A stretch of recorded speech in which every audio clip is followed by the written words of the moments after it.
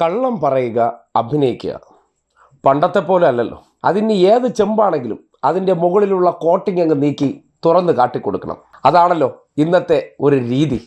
അതിൻ്റെ അടിസ്ഥാനത്തിലാണ് കഴിഞ്ഞ ദിവസം JP നഡ്ഡാജിയെ പോയി കണ്ടിട്ട് ഈ നാട്ടിൽ വന്നിട്ട് വിദ്യാഭ്യാസമില്ല, കാര്യങ്ങളെക്കുറിച്ച് പറഞ്ഞ് തെറ്റിദ്ധരിപ്പിക്കാൻ എളുപ്പമാണ് എന്ന് മനസ്സിലാക്കിക്കൊണ്ട് കേന്ദ്രം ചെയ്യേണ്ട കാര്യത്തെ സംബന്ധിച്ച് ഒരു ഉളുപ്പുമില്ലാതെ ചെമ്പ് ഗോപി ചെന്ന് ആശാ വർക്കർമാരോട് അടിച്ച ഡയലോഗ്.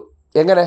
അവരുടെ പദ്ധതിയിൽ നിയമിച്ചിരിക്കുന്നവർ അവർക്ക് എന്തെങ്കിലും കൂട്ടിക്കൊടുക്കണമെന്നുണ്ടെങ്കിൽ അത് സംസ്ഥാനത്തിൻ്റെ ഉത്തരവാദിത്തമാണത്രേ. പൊളിച്ച് കൈ കൊടുത്തു കഴിഞ്ഞ ദിവസം അഭിലാഷ്. അതുമായി ബന്ധപ്പെട്ട് ഒരു ട്രോൾ വീഡിയോ ഇപ്പോൾ വമ്പൻ ഹിറ്റാണ്. സിക്കിം സർക്കാർ മാത്രമാണ് തൊഴിലാളി എന്ന് പറയുന്ന ഒരു കാറ്റഗറിയിലേക്ക് നമ്മൾ മാറ്റിയിട്ടുള്ളത്. മറ്റ് സംസ്ഥാനങ്ങൾക്കെല്ലാം ചെയ്യാം. ഇവിടെ ശ്രീ ശിവൻകുട്ടിയും ശ്രീമതി വീണ ജോർജും വിചാരിച്ചാൽ നിങ്ങളെ കാറ്റഗറിയിലേക്ക് മാറ്റാൻ പറ്റും. ഈ കാര്യത്തിൽ ഇന്ത്യയിലെ ആശാ വർക്കർമാർക്ക് ആശ്വാസമാകേണ്ടവർ, അവരെ തൊഴിലാളികളായി പരിഗണിക്കേണ്ടവർ, അവർക്ക് മന്ത്ലി 21,000 രൂപയെങ്കിലും ഉറപ്പാക്കേണ്ടവർ, അത് ചെയ്യാതെ കണ്ണിൽ പൊടിയിടാൻ സമരപ്പന്തലിൽ ചെന്ന് തിയേറ്ററിക്സ് കാണിക്കുന്നത് ആർക്കും അസ്വസ്ഥത ഉണ്ടാക്കുന്ന കാര്യമാണ്.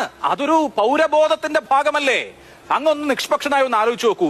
ആർക്കാണ് ഉത്തരവാദിത്വം?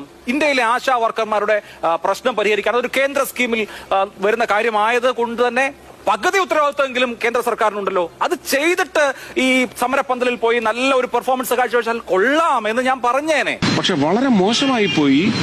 നിങ്ങളങ്ങ് ഡൽഹിയിലോട്ട് പോകും, ഞാനും വന്ന് കൂടെ ഈ സമരത്തിന്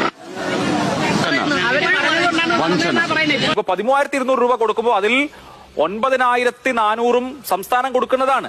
അപ്പൊ എന്തായാലും സംസ്ഥാനം അത്രയും കൊടുക്കുന്നുണ്ടല്ലോ. ആശമാരെ കുറിച്ച് നിങ്ങൾക്ക് വലിയ കൺസേൺ ഉണ്ടല്ലോ. എന്തുകൊണ്ടാണ് ഈ ഫിക്സഡ് ഇൻസെന്റീവ് ഇപ്പൊ 3,000 ആണല്ലോ, അതൊരു 6,000 രൂപയാക്ക്, 7,000 രൂപയാക്ക്, അതനുസരിച്ച് സംസ്ഥാനത്തോട് കൂട്ടാൻ പറ. അപ്പൊ ഈ പ്രശ്നം പരിഹരിക്കാമല്ലോ.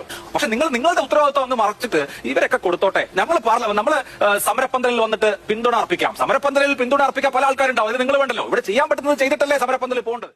കള്ളം കൊണ്ട് തുലാഭാരം നടത്തുക എന്നൊക്കെ പറഞ്ഞ് കേട്ടിട്ടില്ലേ? ഇത്രയും വലിയ ദൈവവിശ്വാസികളൊക്കെയാണ്.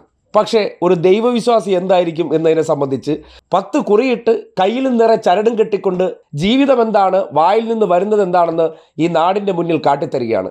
വിശ്വാസിയാണോ? ഏറ്റവും വലിയ കള്ളം പറയുന്നവനും ഏറ്റവും വലിയ ഉടായ്പുമാണെന്ന്, ഒരു സഞ്ചരിക്കുന്ന നുണയനാണെന്ന് ചെമ്പ് ഗോപി കഴിഞ്ഞ ദിവസത്തെ ആ ഒരൊറ്റ സ്റ്റേറ്റ്മെൻറ്റോട് കൂടി തെളിയിച്ചിരിക്കുകയാണ്. അത് ആ പാവപ്പെട്ട വിദ്യാഭ്യാസമില്ലാത്ത സ്ത്രീകളെന്ന് തിരിച്ചറിഞ്ഞുകൊണ്ട് അവരെ മുന്നിൽ തിയേറ്ററിക്കൽ എഫക്ട്സ് ഒക്കെ കാണിച്ചുകൊണ്ടോ അല്ലെങ്കിൽ സിനിമാ നടന്മാർ ചെയ്യുന്നത് പോലെ വളരെ വിദഗ്ധമായി അഭിനയിച്ചുകൊണ്ട് തെറ്റിദ്ധരിപ്പിക്കുക.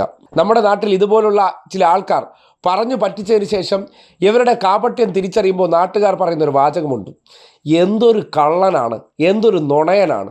ആ വാക്ക് അതേപടി ചാർത്തി കൊടുക്കാൻ പറ്റിയൊരു മുതലാണ് തൃശ്ശൂർ കോട് ചെമ്പനെന്ന് പറയേണ്ടി വരികയാണ്. പൂരം കലക്കിയതുപോലെ തന്നെ ഇപ്പോൾ ആശാ വർക്കർമാർക്കിടയിലും നടത്തിക്കൊണ്ടിരിക്കുന്ന കലക്കൽ ഇതോടുകൂടി വളരെ കൃത്യമായി പുറത്തു വന്നിട്ടുണ്ട്.